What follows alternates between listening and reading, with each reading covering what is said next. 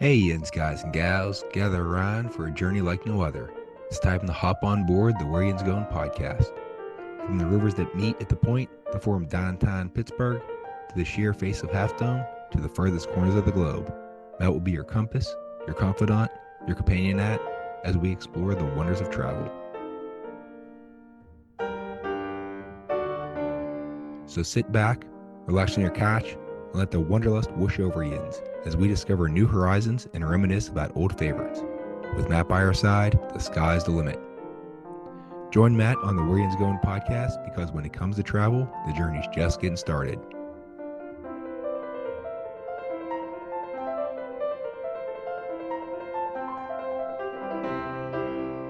And now, without further ado, let's give a shot for your guide through the highways and byways of travel. Your planning partner, the man with the map, Matt Schraeder.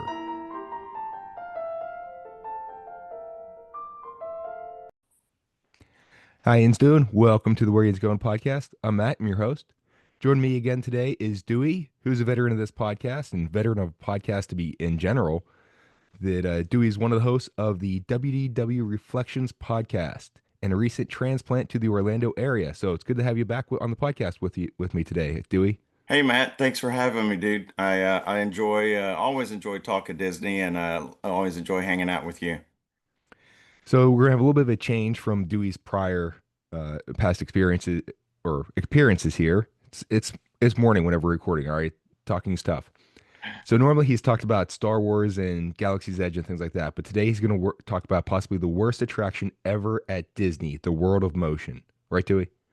I don't know if I agree with the worst part. It's actually my all-time favorite attraction at Walt Disney World, and I know you're giving me a hard time. Knock it off. and this and I it's hard to disagree with Dewey on how great this is that there's a lot of sarcasm, there's a lot of misdirection on this, and that just speaks to my heart. So it's right up my alley. And I remember it finally whenever it was there in Epcot, and I wish they'd bring it back in some way, shape, or form. As Dewey's tagline is with his podcast, is refurbish, not replace. Absolutely. Yes. I love new stuff. I understand the need for Disney to innovate and, new technology and new experiences, and that's great. But it doesn't mean you have to destroy something every time you build something new. Like when they added Tron, that was fantastic. It's like, hey, look at this. We have this giant space over here beside Space Mountain. Instead of destroying something, why don't we just build something new? That is, that's exactly how it should be done. Instead of removing, let's say, just for example, the Great Movie Ride to put in Mickey and Minnie's Runaway Railway, that was a travesty. Not that I hate that ride, but it was crazy to get rid of the Great Movie Ride. So uh, I love Test Track, but it pales in comparison to what we're going to talk about today, which was the Great Movie Ride. I mean, World of Motion. Oh, sorry. And See, Great Movie Ride's in my head now. World Emotion. Gotcha. See, World Emotion. That's right. And why would I do that? That's my favorite ride ever. Why? I don't know. I'm old, Matt. Give me a break. to go on what Dewey just said before is looking what's happened at Magic Kingdom with adding the Villains Land. It's something new. Or Yes. in Disneyland, whenever they added Galaxy's Edge, it was something new. Although I'm Yeah. still not happy about the new. I'm excited for the Cars thing coming, but not at the expense of Tom Sawyer Island and the Rivers of America. You know, uh, and if anybody's listened to our show, I always talk about the way Disney has lost their the original vision of the parks. Epcot is no longer, and I'm sure we'll talk about this when we talk about World of Motion, but Epcot is no longer the park that the Imagineers dreamed of in the late 70s when they were preparing to build it.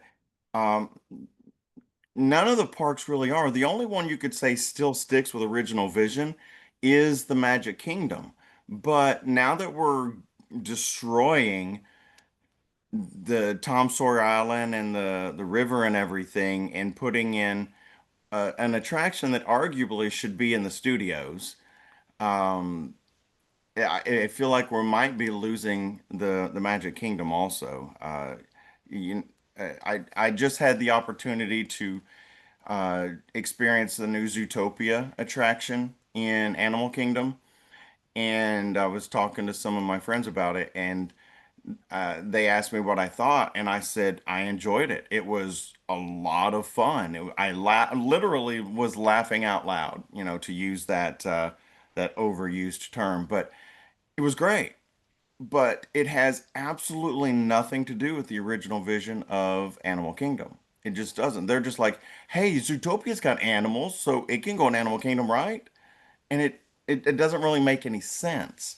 So one of the things that we'll talk about today is World of Motion really was one of the flagships of the message that Epcot was trying to send in the 1980s.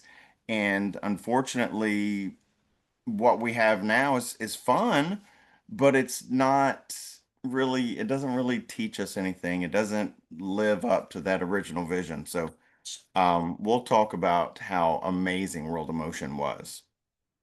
And to piggyback on what Dewey just said, is that there's also some other things that Disney does that have gone away from what Disney used to be. That they used to have the free fast passes. Now you have to pay for the lightning lanes. And there are certain things that made Disney Disney and separated it from other parks like a Six Flags or a Universal or whatever. And now the Disney's going more towards what the other parks are doing, and you're blurring that line, and it's not making Disney as special as it used to be. There's still certain things that Disney does that are fantastic with the storytelling and the immersiveness and customer service and things like that, but it's moving in the direction towards other things rather than staying as unique and separate.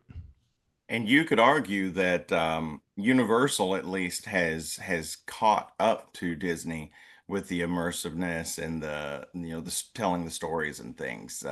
That's not something that's uniquely Disney anymore either.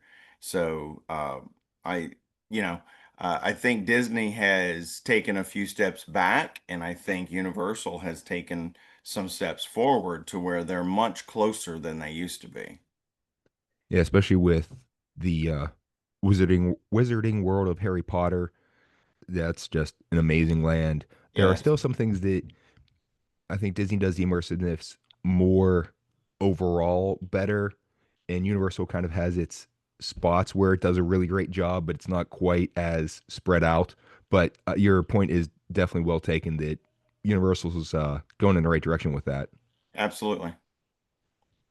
So, uh, the Word of Motion, getting back on topic, it opened on October 1st, 1982. So that's opening day of Epcot, or back then it's Epcot Center, as Dewey sometimes still refers to it. And I do. to be honest, I might not say the center part, but I'm always thinking it. And then the saddest day of Dewey's life was January 2nd, 1996, when it closed. Yeah, my first trip was in 85, so it was still pretty new when I went and the first time.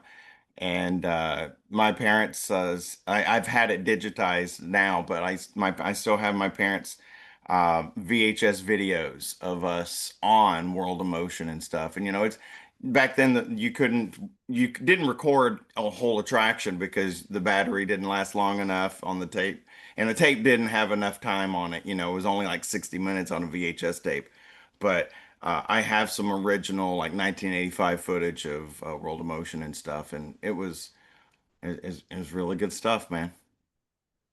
The grainy, put it on your shoulder camcorder that you see like in Back to the Dude, Future. yes, it was 100% one of those giant 8-pound camcorders on your shoulder. I remember using that too whenever we were younger, and my parents videoing our basketball games and stuff like that with it. And Yes. so the theme of it, if you can't guess, is transportation. And how about this for some big names? It was designed by Mark Davis and Ward Kimball. So two of Walt's nine old men. Its main song of "It's Fun to Be Free" by Exitensio and Buddy Baker. And for those who aren't familiar, Exitensio did the grim grinning ghost. How about that? You just cannot say that for the Haunted Mansion and Yo-Ho, A Pirate's Life for Me from the Parts of the Caribbean. So, among other things that he's done. Yeah, genius songwriter. And when Walt assigned him to write lyrics for those attractions, he kind of pushed back to Walt and said, Walt, I'm not a songwriter. I've never done that before. And Walt, being Walt, said, I think you'll do all right. And he was right. And that was again some of the genius of Walt Disney that he saw things in people that they didn't see in themselves, and then he pushed them to be the best that they could be on things like that. Absolutely.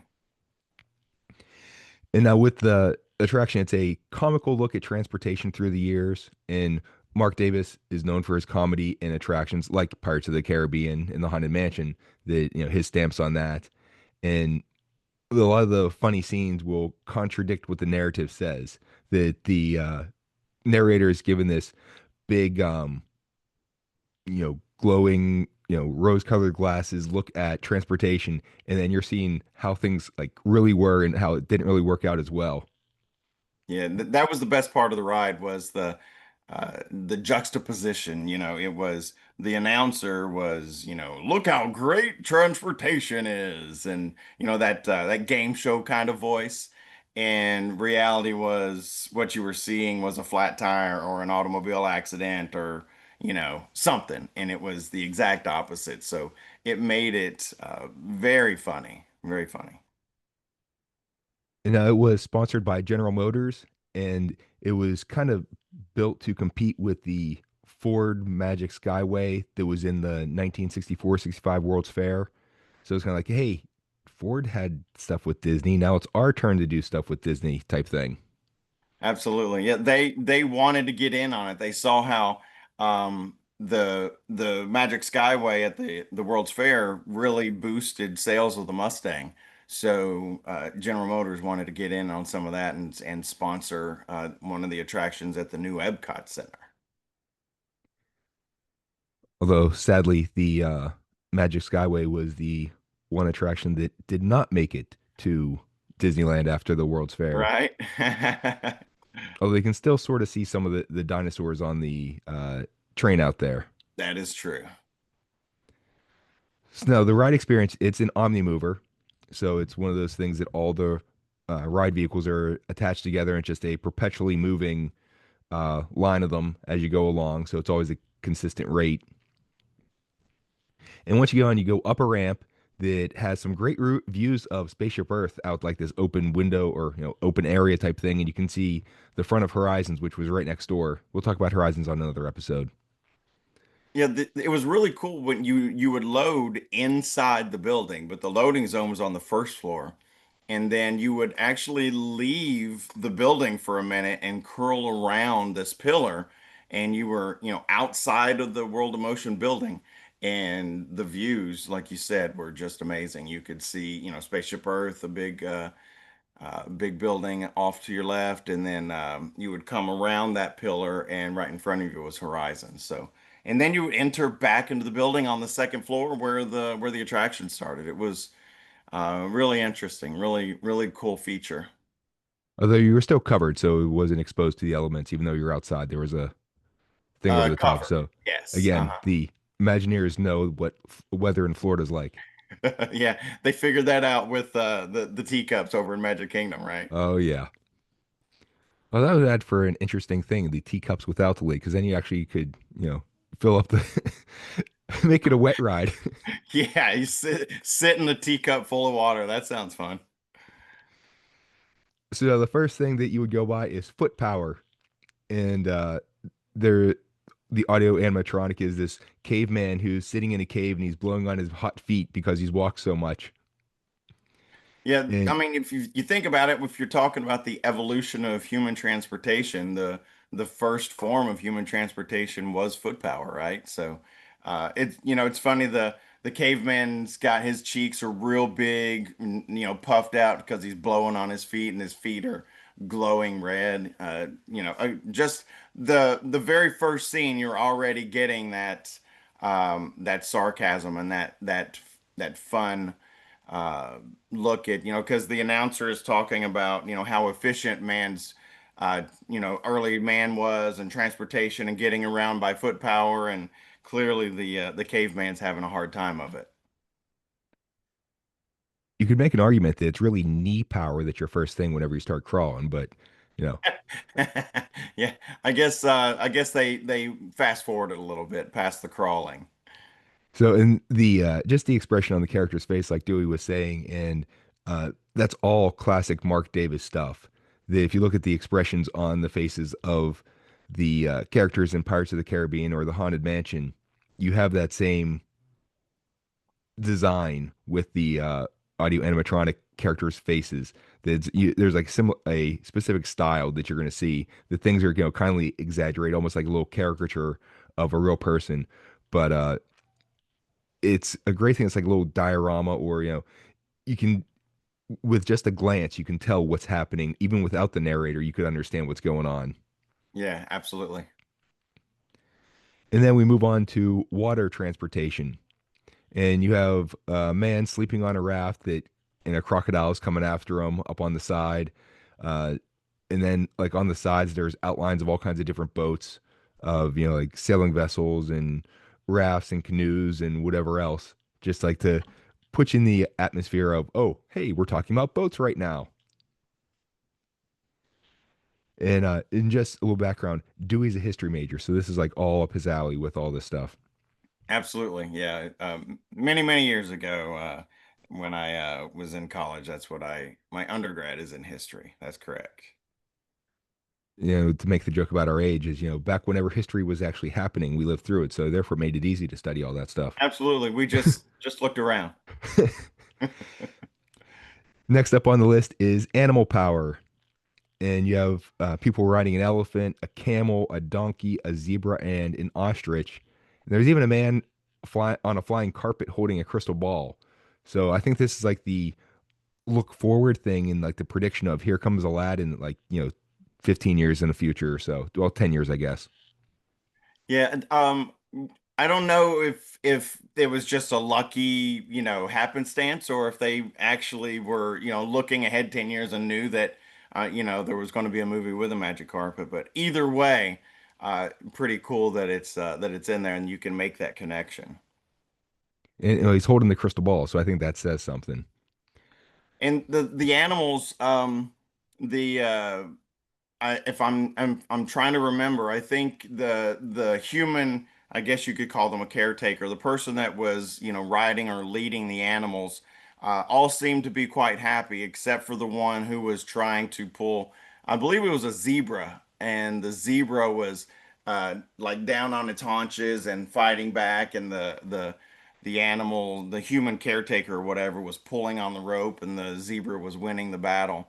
And, of course, the announcer is talking about, how man has conquered the animal world and domesticated animals of all kinds. And then you see the zebra, fighting back against the human trying to pull on his rope. So more of that hearing different than what you're seeing.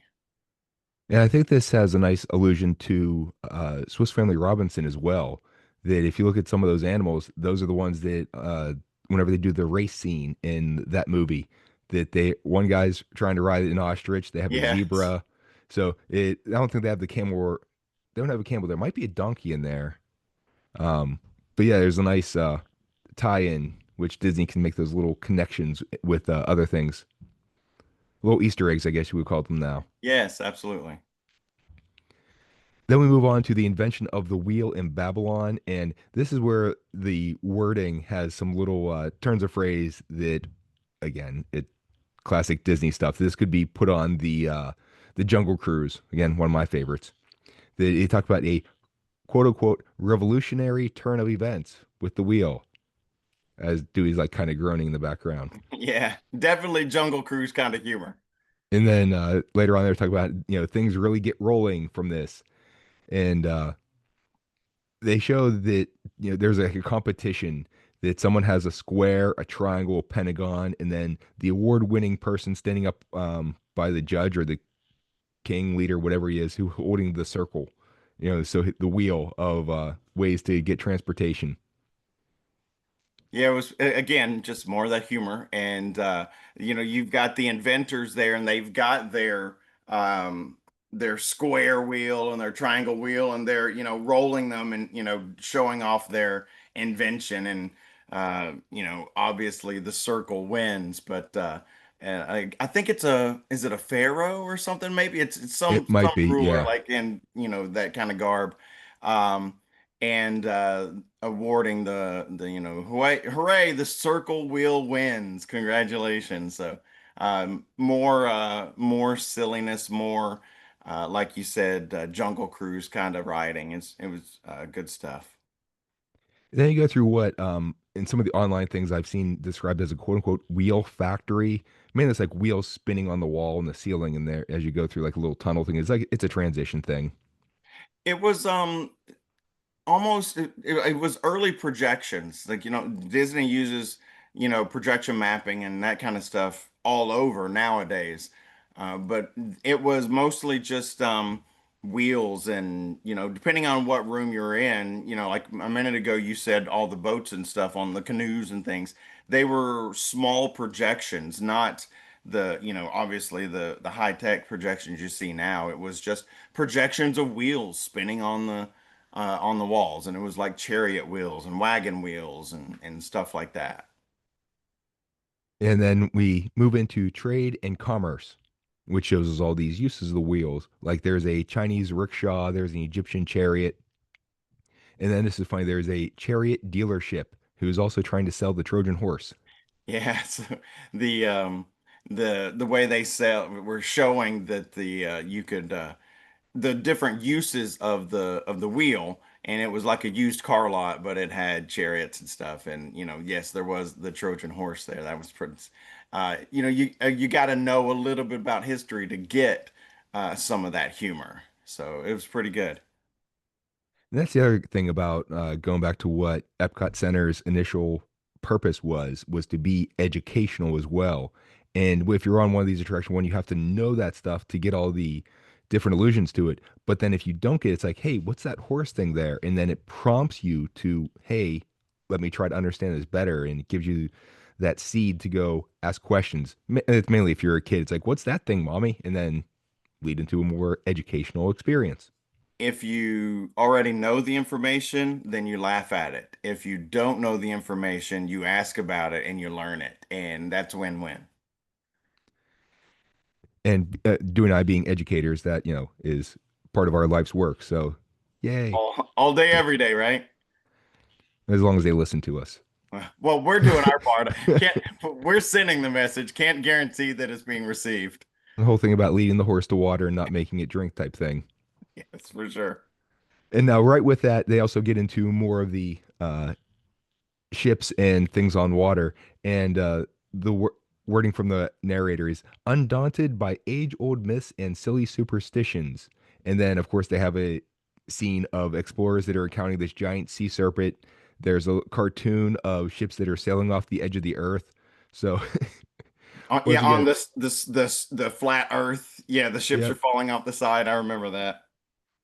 Once again, the wording of what the narrator is saying versus what they're showing you, and it's just so counter from one to the other. Then we move into the age of flight, and the narrator says, there's great minds turning from works of art to flights of fancy. So, again, wordplay on that. And it shows an unhappy Mona Lisa who's sitting there waiting for Leonardo da Vinci to finish his painting while he's out off working on some flying machine in the corner. And then there's a Yeah, man.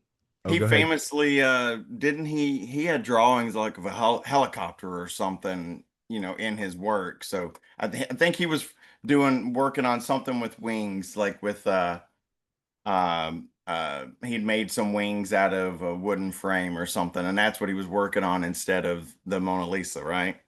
Yeah, and then yeah, there's the drawings of him. There's a thing that you'd sit on it and like turn a crank, and it had sort of like a propeller thing that would spin. It like spirals up, almost like Yes. the Archimedes wheel type thing.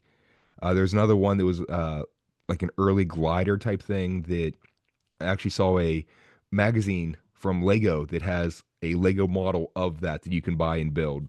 Oh, wow, that's cool. So and then they also show a man flying over London in a hot air balloon, and he has a chicken and a pig in the gondola basket with him. So I guess he wants bacon and eggs for breakfast, possibly. I don't know. Well, he didn't want to fly alone.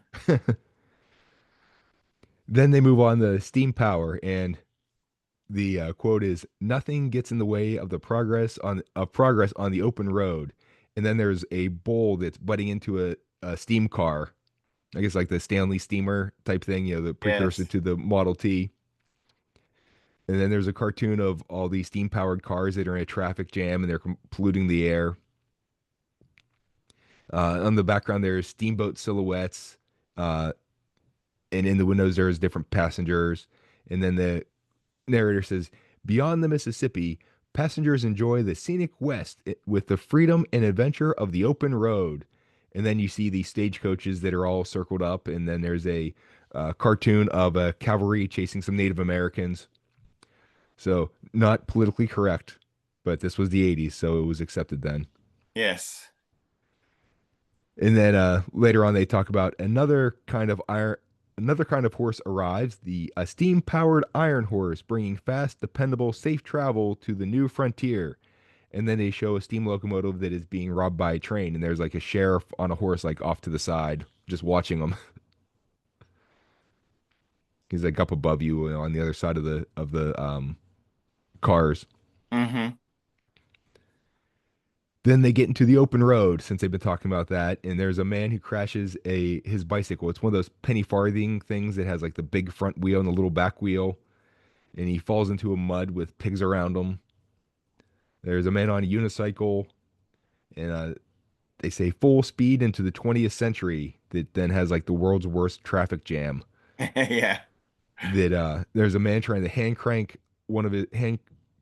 start one of his cars. There's a horse-drawn wagon that tips over and spills all these chicken crates. There's an ice truck that's holding up traffic. And then they go into like the Sunday drive, and there's a policeman on a motorcycle, like hiding behind a billboard. That was a So, really elaborate, like a large scene. I mean, it had full scale, like, full size wagon, like the horse-drawn carriage, and it was a full-size animatronic horse that was pulling the wagon. And this, if I'm not mistaken, this attraction was one of the most heavily populated with animatronics. I think it had like 96 animals or something like that. It chickens, and in this scene in particular, it had all the chickens in the crates that had fallen off, and the gigantic horse that was fighting, because the wagon had tumped over, and full the car that was being hand cranked was full size. And then in the background was like a cityscape, and facades of probably, I don't know, like early 20th century New York City or something, like brownstone kind of buildings and stuff. And it was a really big, elaborate scene. And I mean, you could ride it 10 times and still find something different or new, and another animal you hadn't noticed before, or very elaborate scene. It was really, really cool. and there's a little bit of dispute on how many audio animatronics there are. That the and Dewey, you undershot this.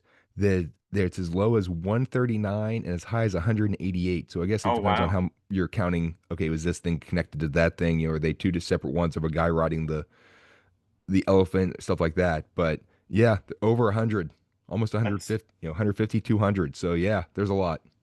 Yeah, I think and I don't know why that number is in my head. I think it was the 96 was animals alone. If Okay. And again, this is something I read 100 years ago, and I may be off, but I think there were 96 animals is something I heard or read. And then what you're saying is accurate. All animatronics was well over 100, because of all the people and stuff. So it was uh an amazing attraction, very, very elaborate. And then next up, there's the air travel, which has a Wright brother type. It has a bunch of different Wright brother type planes flying around. And is it in the Air and Space Museum in not the one that's actually in DC, the one out by the airport, the was it Daisy Hazel one that they actually have? Is that where the Wright brothers plane is? The Wright Flyer, you've got it backwards. It's actually on the mall. It's one in So the mall. Okay. yes, and it's most of it is original. I think the canvas is reproduction, and but I think the frame is the original Wright brothers. But yeah, it's on the mall. They actually just did I took some of my students there.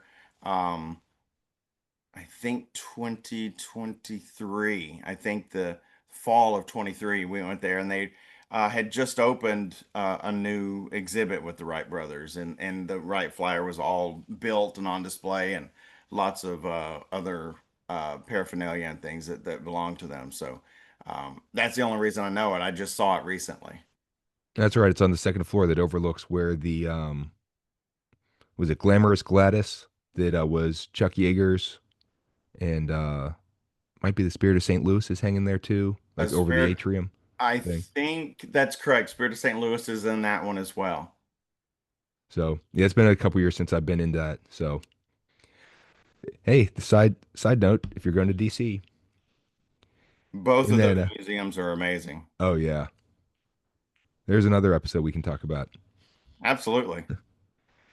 So and then back on the World of Motion, it then goes like a montage where there's images that are shown on screens of crop dusting plane, some whitewater rafting, snowmobiling, or if you're in Alaska, it's called the snow machine, not a snowmobile, snow machine. They got bobsled race cars, so all kinds of different ways to get around. And then you go through some other, as Dewey was saying before about the life size and the size of these things, pretty much life size cars that were some older cars. Of one that has like Just Married. There's an old convertible, a station wagon filled with a baseball team. There's a sedan that's going on the trip to Disney because you see the kids in there wearing Mickey ears. And they were classic cars, all in their glory, very very pretty, very period accurate or whatever. But my dad was a big car guy and everything. So I remember as a kid, as we're going through that ride, my dad would be like, "That's us 50s to blah blah blah," or whatever. And like he loved that part of that ride. He would always talk about the cars, and even when we got off, we were talking. He would tell us about those cars. I had one of those, or Grandpa had one of those, or something. Really cool. But it was their original cars, real cars that they just threw decorations and animatronics onto, and really cool scene. And of course, they were all GMs too, because that's who the sponsor was. Oh, absolutely. There were definitely nothing in there but General Motors automobiles. And I don't know what you do, but we had one of those station wagons growing up too, where the rear facing seats in the back and you could lay everything down. This was before seatbelt laws. So on long trips, we'd lay the both back seats down and we'd put our sleeping bags there and, you know, it was safe. We were in that car was like a tank. Nothing was going to hurt That's true. It would literally have to catch on fire to hurt you. Then you would go through what were called speed tunnels, and it's got an homage to If You Had Wings from the Magic Kingdom, that you'd have these images zipping by on the wall as you're crawling through it like 2 miles an hour, make it seem like you're going faster. And then you would go through Center Core, which was the city of the future, and the rider seemed to be in the car of the future because it was like it's like see in a mirror, like the hitchhiking ghost thing, like the projection thing. So thank you, Mark Davis, for that. Pepper's Ghost is Yeah, the a way that they do it. uh-huh. That used in many different situations in Disney. And then you would enter into the Trans Center. It had like exhibits about transportation, and it was kind of like in the style of innovations of different exhibits, things you can try, hands-on stuff. Yes, they had there was an animatronic like the arm and stuff, or that I might be thinking about Test Track. That might actually have been in Test Track, but the parrot and the arm of the Never mind. I think I'm talking about Test Track, but either way, it was in that end section. Yeah. And now, sadly, that closed in 1996, and it took 2 years to, replace it with Test Track, which had a soft opening on December 19th, 1998, opened officially on March 17th, 1999. So luck of the Irish, I guess. And then the original version closed on April 15th, 2012. So it's a taxing day for them, I guess. Now, the one nice thing about Test Track that it has is the single rider line, which, if you don't mind not necessarily riding right next to the other people in your party, it can save you a whole lot of time trying to get on that. I And think even with our, that's a genius move for like if I know if you're there on vacation, you probably want to ride with your family. But for people with annual passes or if you're there on a solo trip, single rider line is genius. And I wish they had it on more attractions. yeah, and we've done it that we've waited in line like the first time we're going to ride something just because it's like, all right, we want to ride this together and experience it together. But then after that, it's like, all right, this is fun. Let's just get on it, and we'll split up with that. And a lot of the time, we'll be in the same car. It's just that one person's up front, one person's in the back. Yes. And we've even done this with our daughter. And of course, she's the most friendly, talkative person in the world. So she really doesn't mind. But like my wife will be in front, I'll be in the back, and she's in the middle. And if like my wife can get on with like, okay, there's a front and back thing, it's like, all right, Indy, you go with them, and we can get her to ride with at least one of us. So Yes. I am a big fan of that. Absolutely. Great idea. And now the first version, I liked the first version the best. That it actually simulated an actual car testing facility, and going through the queue, there would be cars and crash test dummies being tested, and they would introduce 5 tests and then one quote unquote surprise. And so as you go through, we'll tell you what those tests are. That you would first do acceleration. You would go up the hill after you first get strapped in. They then test your suspension. You go over this bumpy road. They would test the anti-lock brakes, and you would swerve around some cones without the ABS system on, and you could see how you're like fishtailing, and you'd knock over some of the cones, and then you would do it also with the ABS, and you could see the difference. And I think that was where they had the oh no, later on they have the 18 wheeler. Then Yes. they That's right before you leave the building. Yeah, there was the environmental test where they had heat lamp. They had 192 heat lamps to make it feel warmer. Then it was the testing you with the cold, which means they just crank the AC. And then there was the corrosion with robot arms that were spraying this yellow mist on you. So supposedly corrosion. And I believe that was the surprise, wasn't it? No, the surprise is the last one. Ah, The okay. uh, the next one was handling, and this is where you start going around all these turns and you start going faster and faster. And then you go around one turn and there's this 18 wheeler sitting there that you have to swerve out of the way. Very And famous. They you always saw that in the marketing for the 1990s Disney trips. You would see that flashing lights of that 18 wheeler. They always showed that when they were talking about Test Track. yeah. And then you would get to the surprise one. But if you're in the pre-show thing, that you would they'd put it like up on a screen and you could see the last one of what it really was. But they never mentioned it by name. This is the barrier test. Oh, And that's right. Yeah, yeah, yeah.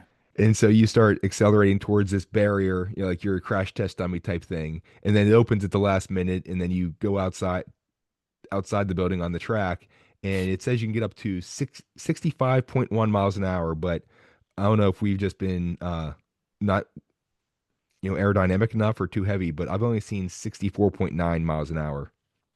So So, nobody ever, there's no evidence of this at all or anything, but um, and it's just that my belief is that 64.9 just pops out every single time. It's not detecting anything, speed of anything. It's just a digital display board that pops up, and that's my belief, and I'll die on that.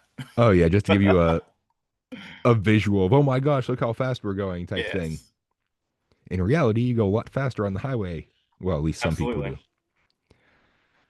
Always travel exactly the speed limit, whatever it's posted. Yes, completely. And then as you re-enter the building, and it's pretty neat that if you so you go out and you kind of make a loop to the right and you loop around before you wrap around the building.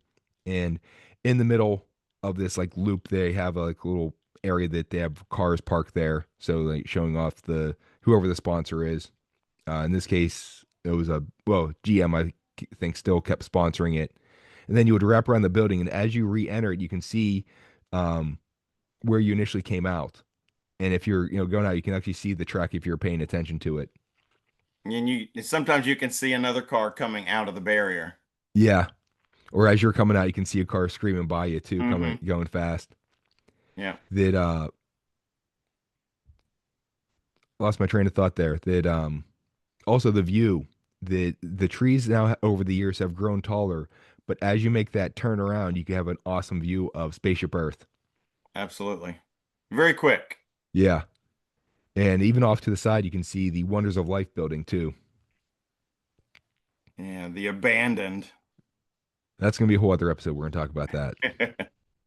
So then you get a thermal scan as you re-enter the building, so you get to see the reds and blues and oranges and yellows and everything of your heat signature given off. And then in the post show, there's a showroom that has some new prototype and legendary GM vehicles. There's of course a gift shop, but in the pre-show is whenever the queue that Dewey was talking about that they had like a seat that there was like a weight being dropped on the seat repeatedly. Uh, they had some other robotic arms moving around, so it looked like kind of you were in a factory type thing where an actual testing thing, and they had all kinds of displays on the wall with crash test dummies and whatever else, and I think they had some wrecked cars maybe. It was very loud, very kinetic, like everything was moving. They had, a giant weight on a swing that would swing down and hit a crash test dummy in the chest. And, every 10, 15 seconds you'd hear thump because that weight would hit that dummy in the chest and stuff. But I mean, the whole queue you just wrapped around inside this workshop where they were just, torturing crash test dummies. And really, I mean, you were not bored. Even if you waited for an hour for this ride, you would not be bored because there was something to see and something to watch and things happening everywhere in this attraction and the queue for this attraction. It was pretty amazing, really. And then it was replaced with version 2 that had the soft opening on December 3rd, 2012, and then it opened on December 6th, 2012, which I think is right before I went down there. So I got to see it right when it opened. And then this version closed on June 17th, 2024. So fairly recently. The queue was basically like a Chevy design studio. So change in sponsor there. And they added some different concept cars that were around. And then this is a pretty neat thing that you got to design your own car. They had like all these touchscreen TVs, or computer screens. You would use either your Magic Band or your, uh, I guess, your phone app now or little card that you had as your ticket, and you would link your car to you whenever you're going through the attraction. Yeah, it was pretty cool. You would design the car and you got to choose, if you wanted aerodynamics or more horsepower or bigger tires and all that stuff. And then the actual attraction that you rode would test the attributes that you had put into uh your your design. So it was you would see if you were a successful car designer or if you were a horrible automobile designer. Well, I guess it depends on what you're going for with your car. If you're The going for the off-road aerodynamics. stuff, you're going for this, Yep. speed, you want fuel efficiency, things like that. But right before you boarded the actual cars, you would scan then your Magic Band or whatever again, and so that would link. Okay, this car is now getting on, this car design is getting on this ride vehicle car, and so it went through. That's how they would track, and then they would rank you for each of the tests that they went through. It was Now, cool because you got to compete with, your family members. If they were in another car, then you could see whose design was better. yeah, and it was the same track as the original, but this has been kind of derisively called the Tron uh, test track ride because it was like glow thing. It's very dark. Things are glowing. I didn't like it as much because you can't see as much, and it's just sort of the digital trees type thing that you would have. Like instead of having pine trees like in the original, now they had these tree shaped things with like these glowing neon lights on them. Yes, Tron track, if you will. Yeah. They did throw in a lot of like nice little Easter eggs though. That the World of Motion logo was on a snowflake. That as you went around in the one area, you see some of the WED performance. So WED, Walter Elias Disney. The used to be the Wedway People Mover. WED was the precursor to Imagineering. So nice tie-ins for that. Some of the roads were Motion Lane 82. So World of Motion opening 1982. There was General Motorway in 99. Again, General Motors. And then Bowtie Boulevard 12. And so there's the 12 with the opening years, so for the different attractions when they opened. There's a sign that says turn right to go left. So there's a quote from Cars. There's a sign for Beaver Xing, so Beaver Crossing.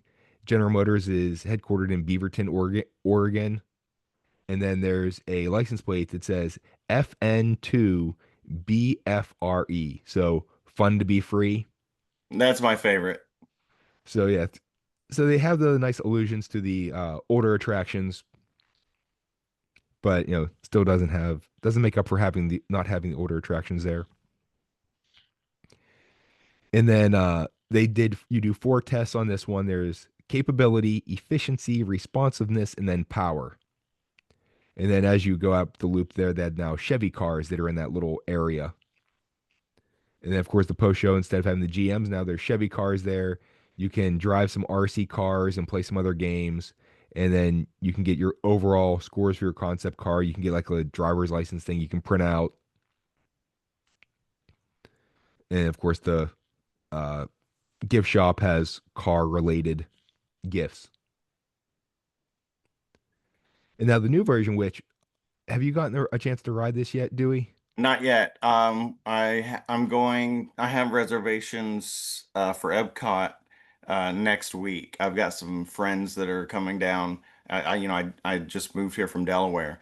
Um, uh, One of my best friends from Delaware, his family is coming down next week, so I'm going to spend a few days in the parks with them. So one of those days I'll be at EPCOT, so I'm hoping to get on it.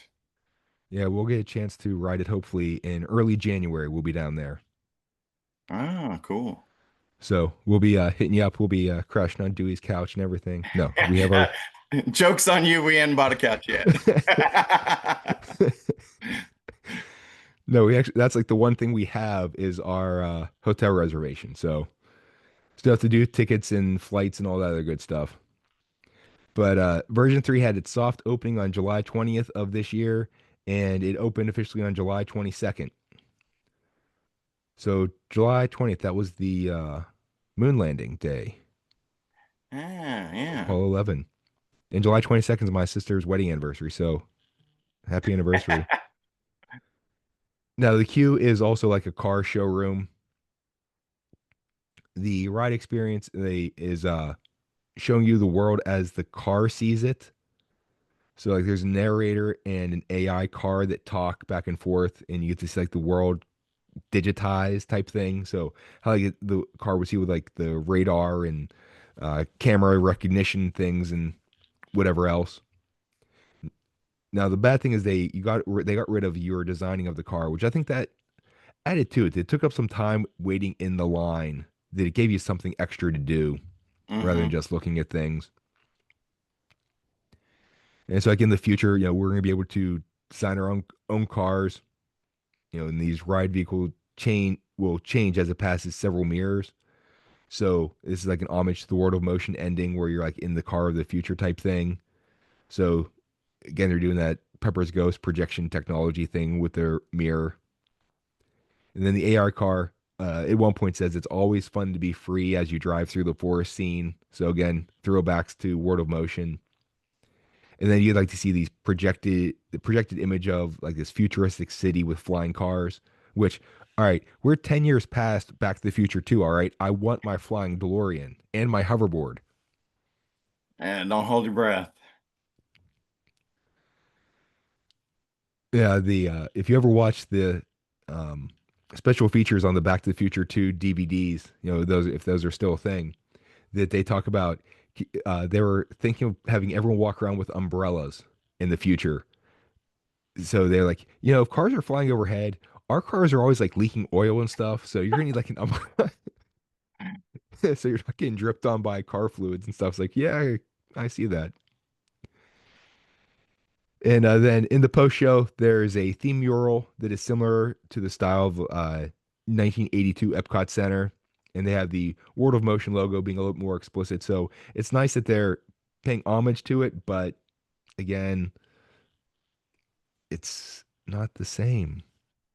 And I've noticed that they've been adding the original Epcot Center logos around the park. If you go into, I guess, I still call it the Living Seas, but if you go into the seas with Nemo and friends, um, the Living Seas logo is plastered all over that attraction. All the signage has it on it now. So I think they're and I mean we know very famously they added the flags to the new entrance when they redid the entrance up there to Epcot. But on the attractions themselves, they're starting to add in those original pavilion logos. So I love that. I think that's super cool. Now, if we'd only bring back some of the attractions, but again, as Dewey said, don't hold your breath type thing. Yeah. Oh no, Dewey, here's the big question. Which is your favorite? As if I didn't know the answer. Yeah, which is my favorite of the everything we talked about today? Yeah, I think we all know that, Oh, as you mentioned obviously before. it's World of Motion. Test Track is fun. I love thrill rides. I love getting on a roller coaster and feeling that experience, that adrenaline rush. But the the complexity of the attractions that they built in the 80s, the subtle humor, the I mean it's just like you can't beat it. There's just nothing like it anymore. And I'm so glad that some things have survived the purge. Like Carousel of Progress and Pirates and Haunted Mansion and stuff. Some of those original Mark Davis and those kind of guys. I'm glad they've survived because we lost so much. And World of Motion it just has so much nostalgia for me from going as a kid with my it was a big deal because my family couldn't afford a trip and we saved for years to be able to go, and that first trip was a really big deal. So um part of my love of Disney and all of that is just because of that nostalgia and everything. But World of Motion is a clear winner, Matt. Not that Test Track wasn't, in its iterations all have positives about it. And like you said about building your own car and stuff, that was really cool. That was really fun, a neat little addition. Um, the original Test Track, tons of fun, lots of excitement, loved the queue. So there's nothing wrong with Test Track other than the fact that it destroyed the greatest attraction Walt Disney engineer or Imagineering has ever built. So World of Motion is hands down the winner. And as I've talked about on here before, and even on Dewey's podcast, of my love of the Jungle Cruise and just the humor in there, and like Monsters Inc. Laugh Floor and Turtle Talk with Crush, and even the um, for the first time in forever, the Frozen sing along, just the humor. And if you can get comedy is the way to my heart, that if there's a thing that's funny, that's what I'm going to go towards. Probably even a little bit more than the thrill ride type thing. So I am we're unanimous agreement of Word of Motion. And so now, if Test Track, do you have a favorite one of those? Well, I haven't been on the new one yet, so my decision would have to be between the first two versions. But definitely the first version. It was lots of fun. Like I said before, I loved the queue. At one point, they had crash test dummy characters walking around. Did you ever see those guys? Um, you know how you can go, meet Mickey Mouse and get your picture taken with Mickey Mouse? There were actual walk around crash test dummy characters that walked around the pavilion. Um, I have a picture of me with them somewhere from the probably early 2000s, 2001, 2002 timeframe, something like that. So that kind of stuff was fun. So I'd definitely say if I'm picking test track versions, since I haven't done V3, then I would have to say V1 is my favorite. Yeah, I haven't done version 3 yet either. I'm still going to say number one's my favorite. I don't think I ever saw the crash test dummies. That there was a gap of like 10 years that I didn't go. From like after I graduated high school in 98, we went. And then it wasn't again until like 2008 before I did my next trip. Going through college and then get my first job and stuff, I didn't go. So, and that's been like every couple years since then, or now it's like every year. But so I think I missed out on the crash test dummy people walking around. But yeah, the first one I think is still my favorite. So, I'll see if I can find that picture and I'll send it to you. oh, nice. So, dude, do you have a travel tip you'd like to share? Um, yes. So, um, I've kind of discovered this now that I live here. Um, as a traveler to the Walt Disney World Resort, I kind of I wouldn't say stuck in a rut, but I got stuck in habits. I would find something I liked or loved and kind of stick to it and do it over and over again. For example, I've eaten at 50's Primetime Cafe probably a dozen times. And because we enjoyed it, the food was pretty good, but the experience we loved and made us laugh. So I ate there over and over and over again. And because of that, there's tons of places here on property that I haven't experienced. And now that we live here, we're trying to go try new places. On Friday night, we went to Beaches and Cream for the first time. Um, so my travel tip would be if you're a repeat traveler to Walt Disney World, don't be like me and find a favorite and do the same thing over and over again. Definitely try new stuff. There's so many, I mean, goodness gracious, hundreds of restaurants on property.